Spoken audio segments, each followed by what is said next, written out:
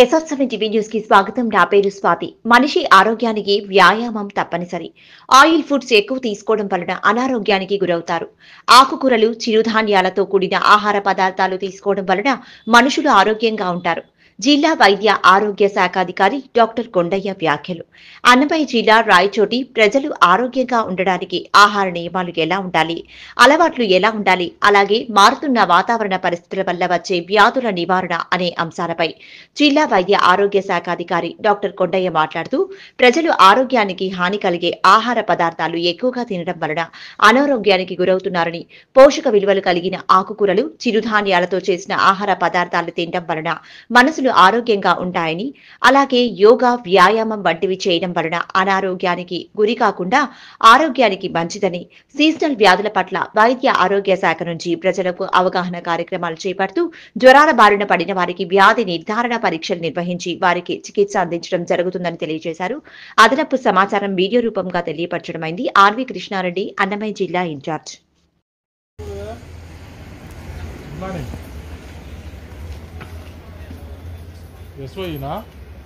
నమస్తే, ఎస్ఆర్7 టీవీకి స్వాగతం. నా పేరు ఆర్వి కృష్ణారెడ్డి, అన్నమయ్య జిల్లా ఇన్ఛార్జ్. మరి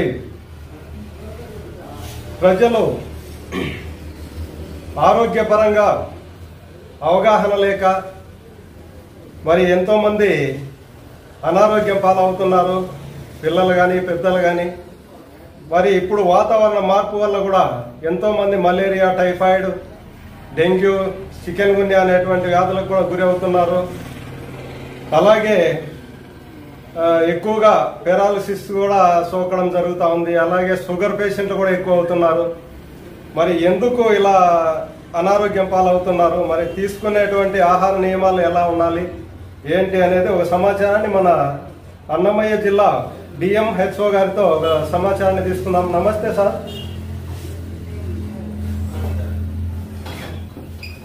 మరి ప్రజలకు ఒక అవగాహనగా ఆరోగ్యపరంగా ఏ విధమైన ఆహార నియమాలు పాటించాలి, ఏ విధంగా వ్యవహరిస్తే ఆరోగ్యంగా ఉంటారో ప్రజలు అనేది ఒక సమాచారాన్ని ఇవ్వండి సార్.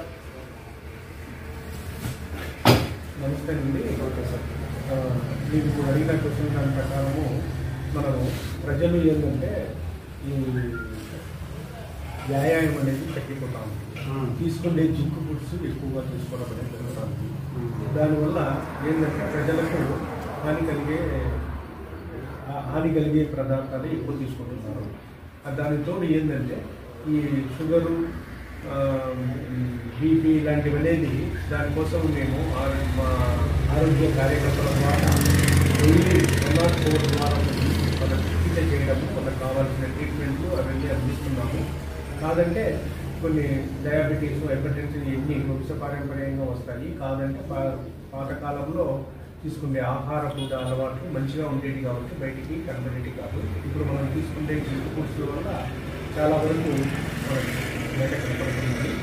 కాబట్టి ప్రజలకు మేము ఇచ్చే సలహా ఏంటంటే మంచిగా ఆహారం అంటే న్యూట్రిషన్ ఫుడ్ అంటే మనకు దొరికే ఆహార ఆకుకూరలు కానీ, మిల్లెట్స్ కానీ ఇవన్నీ మనకు మంచిగా తృణధాన్యాలు మంచిగా ఉంటాయి.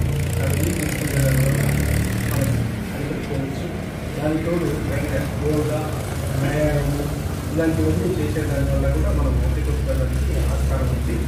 కాబట్టి ప్రజలకు మేము ఇచ్చే సలహా ఏంటంటే మంచిగా మన రెగ్యులర్గా దొరికే ఆహార పదార్థాలు తీసుకుంటూ, ఆయిల్స్ తక్కువ తీసుకుంటూ, గ్యాస్ తక్కువ తీసుకుంటూ, ఆయిల్, గ్యాస్ ఆహార పదార్థాలు తీసుకుంటూ, కాయగూరలు, తృణధాన్యాలతో ఉండే ఆహారం తీసుకునే దానివల్ల మనకి ఒక విధంగా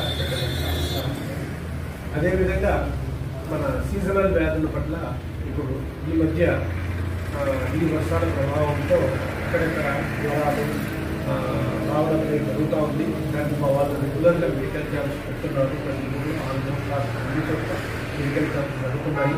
ఈ మెడికల్ క్యాంప్స్ వల్ల అక్కడనే మనము ఫీవర్కు సంబంధించి టెస్ట్ చేయడము, మలేరియా, డెంగ్యూ ఇవన్నీ చేస్తున్నాము. వాటికి కనుక ఒకవేళ పాజిటివ్ కేసులు ఏమైనా ఉంటే మళ్ళీ ముందు తీసి సీదా మన మదనపల్లెకు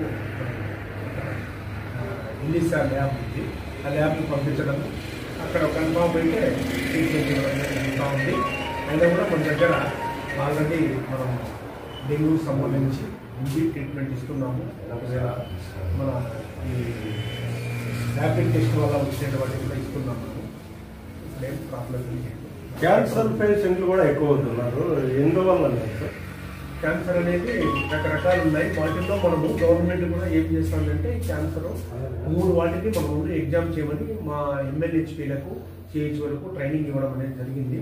ఒకటి oral cancer, breast cancer, cervical cancer, ఈ 3 వాటికి ట్రైనింగ్ ఇవ్వడం అనేది జరిగింది. ఇప్పుడు మన వాళ్ళు ట్రైనింగ్ చేస్తూ ఉన్నారు. రోజుకు ఒక 5 హౌసెస్ చేయాలి. ఒక హౌస్ అంటే ఒక్కొక్క హౌస్లో 2 ఉండొచ్చు, 4 ఉండొచ్చు. 18 సంవత్సరాలు పైబడిన వాళ్ళకందరికీ చేస్తున్నాము. కాదంటే ఓరల్ క్యాన్సర్ అనేది మనం తీసుకుంటే పొగాకు,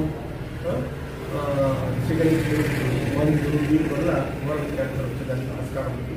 బ్రెస్ట్ క్యాన్సర్ అనేది మామూలుగా పరిణామము లేకుంటే కూడా జీన్స్ వల్ల వచ్చేదానికి వంశపారంపర్యం ఉంటుంది. కాబట్టి మనం టెస్టింగ్ చేసి వాళ్ళు రెఫరల్ పంపిస్తాము కమ్యూనిటీ సెంటర్స్కు. అక్కడి నుంచి వాళ్ళు పరీక్ష చేసి ఒకవేళ వాళ్ళకి ట్రీట్మెంట్ అవసరం అనుకుంటే టెరిషరీ హాస్పిటల్కు అంటే మెడికల్ కాలేజీలకు వాళ్ళకు పంపిస్తారు. అదేవిధంగా మనకు తిరుపతిలో క్యాన్సర్ హాస్పిటల్ టాటా వాళ్ళు పెట్టారు, పంపిస్తారు గవర్నమెంట్. సార్, వైద్యులు కూడా పేషెంట్ తీసుకొని పోయిన వెంటనే సీరియస్గా ఉంటే పేషెంట్ తీసుకొని పోయిన వెంటనే అతన్ని గురించి వాళ్ళు కొంచెం నిర్లక్ష్యం కూడా వహిస్తున్నారు అనేది కూడా మేము చూసినాం కళ్ళారా కూడా. ఇక్కడ దగ్గరలే ప్రభుత్వ హాస్పిటల్కి తీసుకుపోయినాం. అక్కడ గుండె ఏదో పట్టుకొని పడిపోయినారు. తీసుకుపోయినాము, CPR చేయలే, ఏమి చేయలే. వాళ్ళు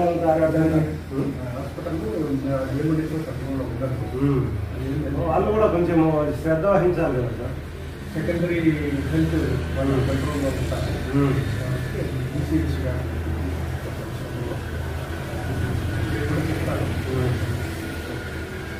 మరి చివరిగా మీరు ప్రజలకు మీ ఆరోగ్య శాఖ నుంచి ఇచ్చేటువంటి మంచి సందేశం ఏంటి సార్? అందరూ ఆరోగ్యంగా ఉండాలని మన గవర్నమెంట్ కూడా క్యాన్సర్ ఈ NCD అంటే మామూలుగా నాన్ కమ్యూనికబుల్ డిసీజెస్ మీద అందరికీ ట్రైనింగ్ ఇవ్వడం అనేది జరిగింది. కాబట్టి ఇప్పుడు మనము సంచార వైద్య చికిత్స ద్వారా డయాబెటీస్, హైపర్ టెన్షన్, క్యాన్సర్ ఇవన్నీ మనం స్క్రీనింగ్ చేస్తున్నాము. అవసరమైనటువంటి పంపించడం జరుగుతుంది. ఇదంతా డబ్బులు లేకుండా ఫ్రీగానే చూస్తాము. 104 అనే రేట్ ప్రతి ఆల్మోస్ట్ 4 నెలలో వస్తూ ఉంటుంది. కాబట్టి మీరందరూ ప్రజలందరూ చూపించుకోండి. ఈ క్యాన్సర్ కూడా ట్రీట్మెంట్ మా MLHPలు AHMs ఇంటి దగ్గరికి వస్తారు.